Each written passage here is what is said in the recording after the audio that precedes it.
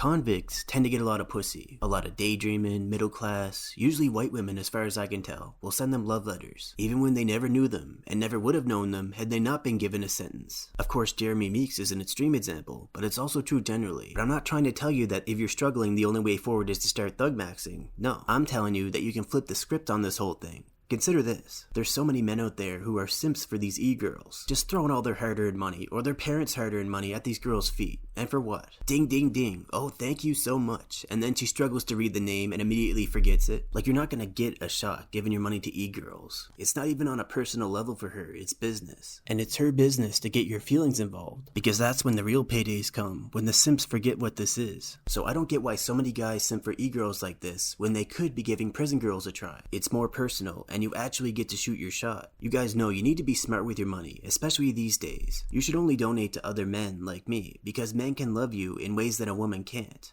Simping for women, that's ridiculous unless you actually have a chance. Those e-girls don't care about you, only I love you. Your favorite e-girl is getting banged by Chad behind your back anyways, but you won't see me leaving you for Chad. So compared to e-girls, prison girls are just the much better and more grounded option. Think about it, some of these girls will be out of prison in a few years, and they have nothing better to do but to get to know you. Like, to the guys who go to those e-girls, you could've just jerked off, but you're trying to get something that feels more real, right? You want to feel a real connection, and like what you do for this other person is appreciated, and not just tossed in a big Scrooge McDuck room full of money. Your average guy cannot even fathom the lifestyle that the top e-girls are living, and if he saves up enough to buy a wedding ring and throws that her way, thinking it'll be received as some grand gesture, it'll barely be a blip on her radar. It'll go to the groomers for her accessory dog, or maybe pay for a nice date with her and her Chad boyfriend, and you don't even get to tag along and be a cuck in person. E-girls are Chad's personal PP moisturizers. But with prison girls, right off the bat, you have a lot in common. They know what it's like to live in isolation. Some of them have done real solitary confinement. And then the sexual frustration, being surrounded by only women. And even if they decide to make do with other girls while they're in there, it's not just a party. There's politics involved, and it's just the most boring pairing. Imagine taking the pink pill, but all you can do is scissor with other pink pillars. And then maybe there's the odd male guard who's willing to risk his career for some sexual misconduct. But it's the female guards who get all the roles where they have by far the most opportunity, like pat downs, watching them shower, and just being alone with the girls in general. 9 out of 10 dentists agree, there's never a bad time for a cavity search. But male guards are just not given the same access, generally speaking. Instead, you just got this sort of thing. This incident serves as a strong proof of concept that there are opportunities here. You just have to be willing to take those hard first steps to seize them. So incels and prison girls have the experience of isolation and sexual frustration to connect over. Perhaps both of you are accustomed to an environment, institutionalized you might say, where no one is really trying to attract a mate, and it gets to a point where you're tempted to just say, take a shower for what? Well, in her case, she can either use the soap or be beaten with it, but you understand the sentiment. But if you reach out, be open, and play it cool, maybe you can both have something to be excited for again. And just to have that, maybe she'll give you a shot, and maybe more shots down the road. And let's be honest, I'm making broad strokes here, but society at large will probably never see either of you as good enough to reward with a good and easy life. For instance, you'll be told that you need to make at least 6 figures to land a decent girl, and with great effort, some good decisions and luck, it's quite possible to reach 100k. But this isn't your daddy's 6 figures. You'll still get dumped by an average girl for making only 100k. No, 6 figures now means $250,000 or thereabouts. So chasing 100k isn't chasing the finish line to be a 6-inch 6-figure man. It's just getting to the starting block. Like maybe you think 100k is a comfortable life. But with inflation and the housing market, how are you gonna tease her with 6 figures? And then only bring in enough to where you can get by, but she still has to work. You want to money max and just do it that way? You're gonna have to bring in $666,000 a year. That's the kind of 6 figures that counts. That's why a lot of small town girls move to California or New York. Because some Midwestern executive vice president isn't enough. You need to be making $999,000 a year to be 6 figures. She needs that chief executive thugmaxing money. If you're an average looking neurotypical, you can get a girlfriend by peacock maxing. You know, buying fancy shoes, chains, anything to make it seem like you've got money to burn. But you also have to get paid enough that you can buy these things constantly, while also not ending up instantly homeless between jobs. Because it means that all along you were just a big act, and you never even had any emergency money for her to squeeze out of you. So you need to make enough that you're only homeless between relationships to play that game these days. But again, that's only for average, or even a little below looking neurotypicals. If you're a little autistic, man, you're gonna have to win the lottery between relationships, because you can't pull the wool over her eyes with peacocking for long enough to get anywhere. So you have to just actually have that kind of money. And meanwhile, for someone who's about to get out of prison and is trying to put together a plan, it can seem pretty bleak trying to get a job with enough status that you make living livable money without working too hard when you got that record hanging over you. So both in their own ways, it's very difficult for an incel or a prison girl to ascend. But if you step in and be her Prince Charming, you can save each other because you can change her. The thing about when a man is trying to help reform a woman is that, unlike when the genders are swapped, you're probably not attracted to her in the first place for being bad, and so you won't feel that attraction slip away if she breaks good. And you know there's other benefits. You can ask her parole officer if they know a therapist who actually keeps people out of jail. And if you happen to live in Australia, a prison girl is like a purebred from the penal colony days. Another thing an incel and a prison girl will often have in common is being written off by your fathers. Like, it varies how hard they might have tried to save you, but chances are, by the time you call yourself that word, they're done. They want to wash their hands of the whole thing. And it's mostly the same story with most girls who end up in prison. But the silver lining of that commonality is that there's no need to present yourself as a real man's man when and if you meet her daddy. He simply doesn't care enough. He'll just wish you all the luck and that's it. 50 blessings upon your thirsty pecker. And you can just go ahead and keep her in a 1-star hotel, as that's the level of lifestyle that she's grown accustomed to. In fact, she'll pass right out, straight to sleep like a bird as soon as you turn the lights off because of the conditioning. And as long as she falls asleep first, she can't try and sneak you a hand job under the covers to try and avoid sex in the morning. Now, I once came across one of those Andrew Tate clips where he said that either a girl has a rich daddy who takes care of her, buying her all kinds of nice things and that, or she finds a new daddy. But he forgot the possibility that she gets caught piling 20 layers of designer clothes onto a mannequin and then trying to wheel her plastic friend away. And now she has to cry in her high visibility orange jumpsuit like some kind of fashion peasant. Just imagine a girl being humbled like that without access to social media causing her to blow a fuse. By the way, I'm well aware that trad wives are just a contextual thing. It just takes a certain set of circumstances to have that, between culture, upbringing, economy, and other things. And in our reality, these circumstances are becoming more rare. But it seems to me that some prison time really does contribute to having something closer to the trad arrangement. She'll even be better at managing household expenses down the road, because she's sitting there regretting her lack of effort to do the math to keep her theft under 1,000. And speaking of trad wives, you know, so many people are talking about passport bros and geomaxing when it costs so much to travel now. And there's no guarantee that it's really going to be such a better dating situation for you, especially if you're inexperienced. So you could blow a bunch of money taking a trip just for that purpose and just come back feeling worse. Going to the most beautiful places can just make you more miserable when you've got no one to enjoy them with. And hell, some guys who have tried this as a desperate effort have admitted that they've even fumbled getting a prostitute at one of those bars. I gotta mention now that I don't encourage prostitution, by the way, and neither does YouTube because they're such moral champions. The point is, you can easily blow a bunch of money trying to do that. Whereas if you want to try being a visitation bro, you don't even have to take vacation days at your work. A prison girl is gonna forgive you a couple missteps if you've already been corresponding by mail for a while. Your personal interactions are probably not gonna live up to the letters that you had so much time to craft, but at least she knows you were capable of writing them. And if you made it to the meeting stage, you know there's something she likes about you. At the very least, there's her lack of access to a social circle where she could find somebody else and put them through a more vigorous vetting process using other people in that circle. Therefore, she will at least like that you had the initiative to find a way to jump the line. You know, even if you've been charged and convicted of not being a master key and you've got no social circle to lean on yourself despite being quote unquote free, you're still there trying your best to open her lock, and the consequences be damned. You know the saying about keys and locks. Well, sometimes even an average or below key will work when you take a lock out of its natural habitat. She becomes a combination lock, sometimes without even realizing it, and the combination is you be her rock on the outside so she can face her release day with optimism, and you don't judge her harshly. Like, is it really bank robbery if she was working at a major bank and the Fed's just gonna print more bills anyways? That's stealing office supplies at worst. In fact, you can't steal from inflation. You can only get a cost of living raise. And is it really snitching if she did it on her boyfriend at the time to get a lighter sentence? A girl needs to get out sooner while she still got her looks and fertility, while her ex-boyfriend, well, he was kinda ugly to begin with. In fact, he had no bitches until he started thug-maxing and dealing drugs purely to have a social life. And he can just pick that back up in 15 years, so we'll call it even. Now, if you're going through life, feeling more and more down on yourself and thinking there must be something on your face because life should not be this hard, prison girls are used to seeing intense and dreary expressions and won't make a big deal out of it. It can be quite disheartening to be feeling depressed about your whole life situation, and you, for whatever reason, find yourself talking to some girl and she tells you to smile more. Like, this is our first time interacting, and the first thing you tell me is that you don't like the look on my face. But maybe I am smiling, what do you know? Maybe I was poisoned by my father while living in his basement, and now I've got nerve damage. While a prison girl would just be like,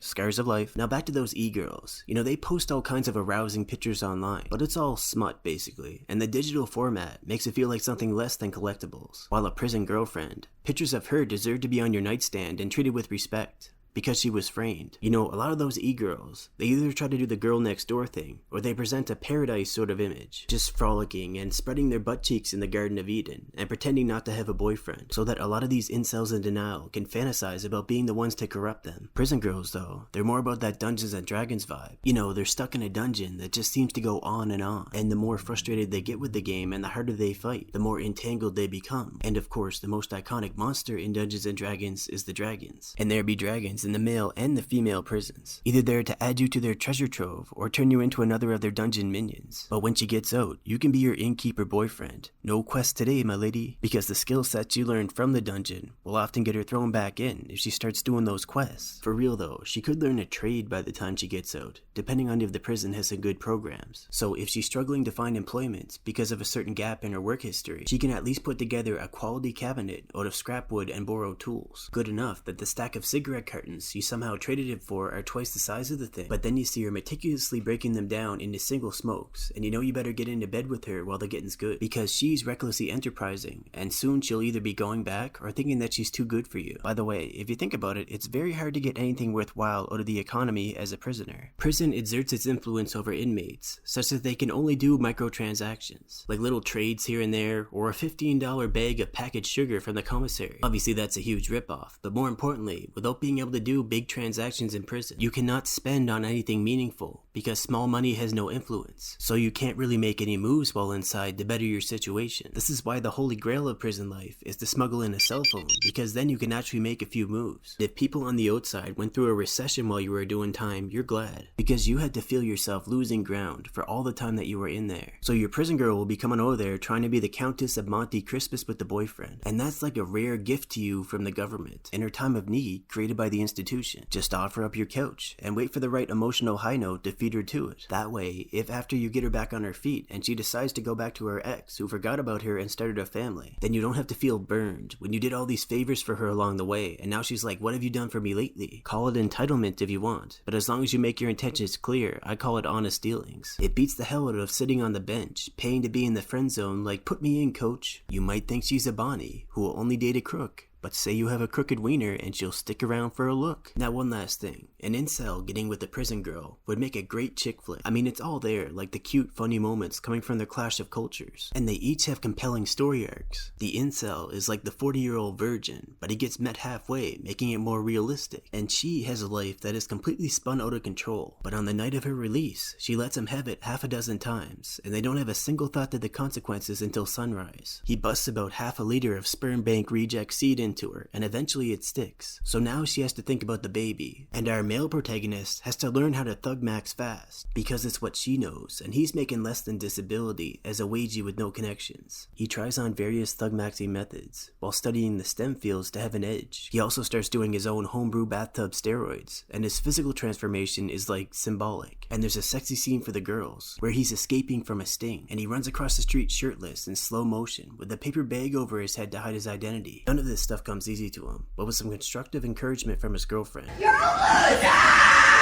He starts to find his way. He's found his niche, and he's starting to get some real money coming in, but he's also been a little careless, or just unlucky, and he's stepping on the toes of other, more established thug maxers who have connections all over the city. One of them finds a weak link in his operation, and has one of his new hanger-on friends plant a lot of drugs in his car. Then one evening, he's driving with his girlfriend to have a nice dinner, and the flashing red and blues appear behind him for no apparent reason, and this just spirals into a high-speed chase when he realizes he's been set up and the cops are in on it. What is drugs? So he's doing his best to get away while his girlfriend's digging through the car trying to find all the drugs. He manages to get out of the cop's sight for a little while and tells his girlfriend to get out. Like, baby, these last few months have been the time of my life. I've finally peaked. Go on and save yourself. Be your best trad wife to someone who deserves it. And he peels off just before the helicopter gets sight of him. He starts playing GTA 6 out here, just this crazy chase, putting all kinds of lives at risk. And a cover of I Am a Man of Constant Sorrow by Chris Chan starts playing as he gets onto the open highway. And he just redlines it, driving like your average kick streamer to pull away from the cruisers. He gets to an open stretch and just guns it, but there's a sharp turn. He slides through the guardrail and into a tree. His life flashes before his eyes, and in his last flicker of consciousness, he sees a heaven full of 99 virgins, all of them his looks match. His girlfriend takes all the money they had accumulated and opens a bridal boutique because she had been dreaming about wearing the dress, and every now and then she agrees to launder some drug money through the business to make ends meet as she raises her son, to whom she tells embellished legends about his father. The end. We'll call it Sympathy from a Cage or something and make $1 billion.